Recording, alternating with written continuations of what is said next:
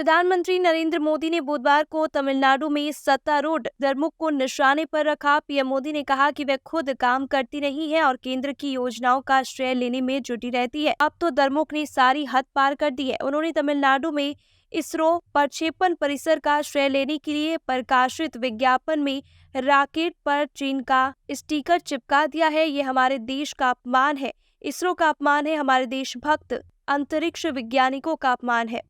तमिलनाडु के लोग द्रमुक को इसके लिए सजा देंगे। पीएम तमिलनाडु के थूथुकुडी में इसरो के एक नए प्रक्षेपण परिसर सहित लगभग 17,000 करोड़ से अधिक की परियोजनाओं का शिलान्यास और उद्घाटन करने उपरांत जनसभा को संबोधित कर रहे हैं। पीएम मोदी ने आरोप लगाया कि द्रमुक भारत की प्रगति और अंतरिक्ष प्रौद्योगिकी में देश की उपलब्धियों को सराहना करने के लिए तैयार नहीं है।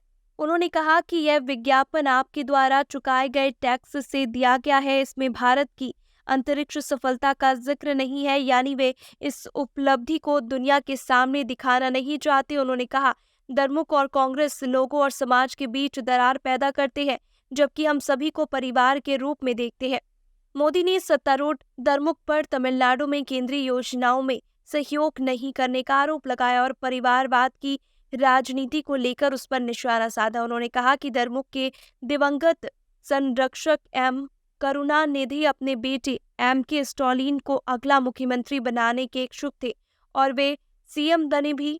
इसी तरह स्टालिन की इच्छा भी अपने बेटे उदयनिधि को मुख्यमंत्री बनाने की है। पीएम मोदी ने कहा, द्रमुक नेता केवल अपने बच्चों के लिए एक अच्छा भविष्य सुनिश्चित करते हैं और इसके विपरीत मोदी लोगों को उनके बच्चों के लिए एक उज्जवल भविष्य की गारंटी देते हैं। उन्होंने कहा कि तमिलनाडु की धरती का भगवान श्री राम के साथ जो संबंध है वह दुनिया जानती है। सदियों के बाद अयोध्या में राम मंदिर के निर्माण पर पूरा देश खुश है। इसी विषय पर संसद में एक प्रस्ताव आया था, लेकिन इस दौरान द्रमुक के सारे सांसद सदन छोड़कर भाग गए थे।